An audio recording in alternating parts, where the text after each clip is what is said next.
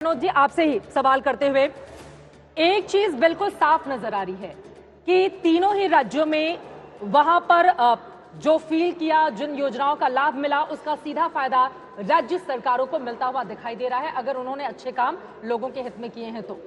देखिए, exit poll के नतीजे जो बता रहे हैं, और अगर यही नतीजे 3 तारीख को आते हैं या ऐसे ही आते हैं, मान लीजिए नंबर में आगे पीछे हो सकता है, तो एक बात तो तय है कि ये माना जाएगा कि वोट जो है प्रो इनकम्बेंसी है और पॉजिटिव वोट है, और ज्यादातर जो है योजनाओं को लोगों ने वोट दिया है। बिल्कुल। और जिसको लेकर के हम लोग, इसका मतलब लोक कल्याणकारी राज्य की जो अवधारणा है हमारे संविधान में और राजनीति शास्त्र में, वो लोगों के बीच में उसका असर है। लोग चाहते हैं कि जनता ये चाहती है कि सरकार उनके हित की जिम्मेदारी ले और उनके हित के काम करे।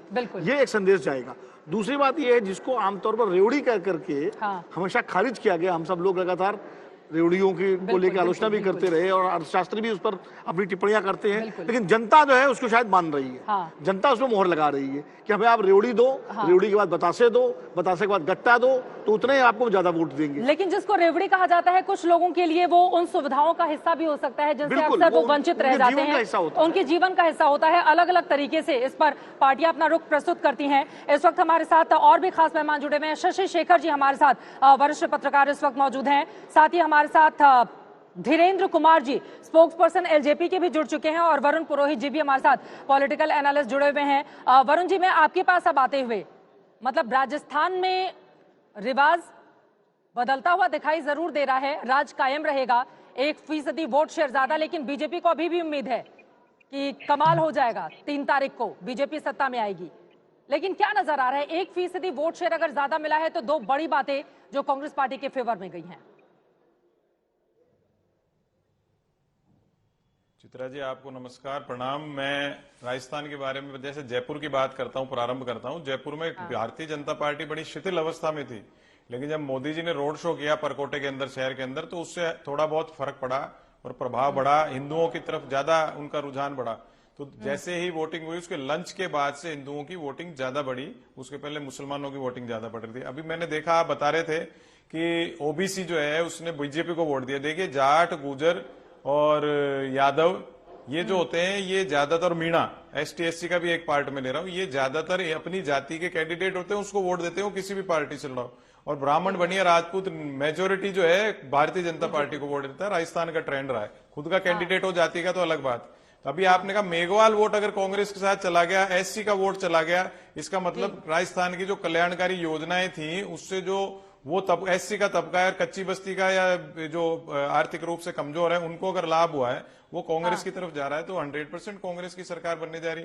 अभी सारे जितने भी पोल मैंने देखे बरोबर की टक्कर बता रहे। मैं आज भी, मेरा ये मानना है कि स्पष्ट बहुमत आएगा, चाहे भारतीय जनता पार्टी का चाहे कांग्रेस पार्टी। अगर कांग्रेस पार्टी से नाराजगी है तो कांग्रेस पार्टी 50 सीटें भी लाना मुश्किल हो जाएगा, और कांग्रेस पार्टी के प्रति नाराजगी नहीं है तो 125 से भी ऊपर सीटें जाएंगी। मैं आपको बता रहा हूँ, स्पष्ट बहुमत आएगा राजस्थान के नजर आ रही है। आप कह रहे हैं कि अगर बीजेपी भी जीत जाए वहां पर, आप ये कह रहे हैं कि बीजेपी के भी जीतने के पूरे आसार हैं, जबकि एग्जिट पोल के आंकड़े कुछ और ही बता रहे हैं। नहीं, इस पर मैंने आपको बताया स्पष्ट बहुमत आएगा, जिसका भी आएगा, लेकिन मोदी जी का इम्पैक्ट, ये मोदी बनाम अशोक गहलोत लड़ाई है। मैंने कहा अशोक गहलोत जी की जो योजना है, चिरंजीव योजना, बहुत जब से जबरदस्त उनकी पॉपुलर योजना है। तो अगर अशोक गहलोत जी की योजनाओं का इम्पैक्ट, महंगाई से राहत मिला है मिडिल क्लास को, लोअर मिडिल क्लास को, और एससी का वोट जो है वो निर्णायक है, वो अगर कांग्रेस के साथ है, जब तो कांग्रेस की बहुमत आएगी। ठीक है, लेकिन 1% ही वोट शेयर ज्यादा है। संगीत रागी जी, सीधे आपके पास आते हुए, ऐसा लग रहा है वोटर पहले इस्तेमाल करो फिर विश्वास करो वाली नीति पर तीनों ही राज्यों में आगे बढ़ता हुआ दिखाई दिया है, राज्य सरकारों के कामकाज पर मुहर। देखिए, इसमें कोई दो राय नहीं है कि जो मध्य प्रदेश का जो आपका आंकड़ा बता रहा है वो बड़ा अद्भुत है, और जो इंटरनल भारतीय जनता पार्टी का है वो तो उनका तो मानना है कि इससे भी ज्यादा आंकड़ा है।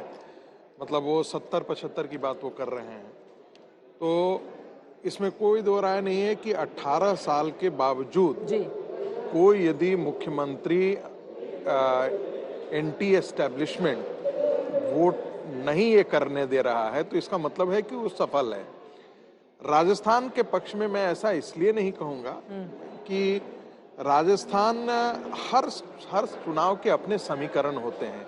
कोई एक चीज ऐसा नहीं होता है, जो कोई एक चीज होता है जो एंकर करता है जी। लेकिन उसके साथ बहुत सारे ऐसे मुद्दे होते हैं जो साथ चलते हैं, जो आपको ताकत प्रदान करते हैं। ठीक है। तो कोई एक मुद्दा हो जो आपको क्षेत्रीय पार्टियों में आपको चुनाव जितवा दे, ऐसा होता नहीं है। ठीक है। बहुत सिलेक्शन ऑफ द कैंडिडेट्स, किस कंस्टिट्यूएंसी के सामाजिक समीकरण कैसे हैं, उन सामाजिक समीकरण में आपने किस व्यक्ति को चुना। कई बार ऐसे होते हैं कि विपक्ष के दो लोग एक ही समुदाय से हों, वो आपस में टकरा जाते हैं तो भी आपको फायदा मिल जाता है। तो ये जो चुनाव का चीज है वो बड़ा पेचीदा है। जैसे आपने राजस्थान में कहा रिजल्ट आपकी फेवर में है तो बल्ले बल्ले, और राजस्थान छत्तीसगढ़ में नहीं है तो फिर आप कहेंगे कि वहां पर समीकरण अलग है। ऐसे कैसे चलेगा संगीत? मैंने ऐसा वहां का संगीत अलग कैसे हो सकता है?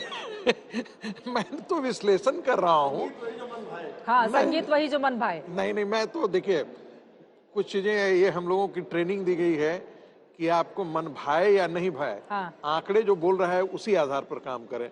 तो जो राजस्थान का जो 2% का जो गैप है, कई बार ऐसा होता है कि कहीं पर आप 70,000 की कंस्टिट्यूएंसी, 70,000 में से आप मार्जिन से जीत रहे हैं, ठीक है। 75,000 की मार्जिन से जीत रहे हैं, ठीक है। लेकिन 200 के मार्जिन पर आप हार जाते हैं। हाँ। तो वो भी एवरेज को ऐसी कई सीटें यकीनन होंगी, लेकिन आपको अभी भी राजस्थान को लेकर और छत्तीसगढ़ को लेकर उम्मीद है राजस्थान पर? विनोद जी कुछ बोलना चाह रहे हैं। भारतीय जनता पार्टी जीतेगी। उनकी उम्मीदें भी कायम है कि राजस्थान में बीजेपी की सरकार बनेगी। देखिए, उम्मीदें तो कांग्रेस की भी कायम है कि मध्य प्रदेश में कांग्रेस की बनेगी।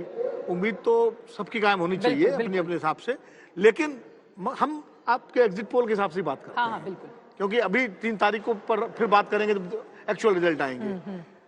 एग्जिट पोल ये दिखा रहा है कि राजस्थान में कांग्रेस की सरकार बन रही है। बिल्कुल 86 से 106 का जो पिछली बार के मुकाबले ज्यादा सीटें मिलती हुई दिखाई दे रही हैं उसको। और पिछली बार जब कांग्रेस एंटी इनकम्बेंसी में लड़ी थी, मतलब वसुंधरा राजे की सरकार के खिलाफ एंटी इनकम्बेंसी थी, कांग्रेस विपक्ष में थी, तब कांग्रेस 99 सीट लेके और एक मिला के 100 सीट आई थी और 73 पे बीजेपी थी।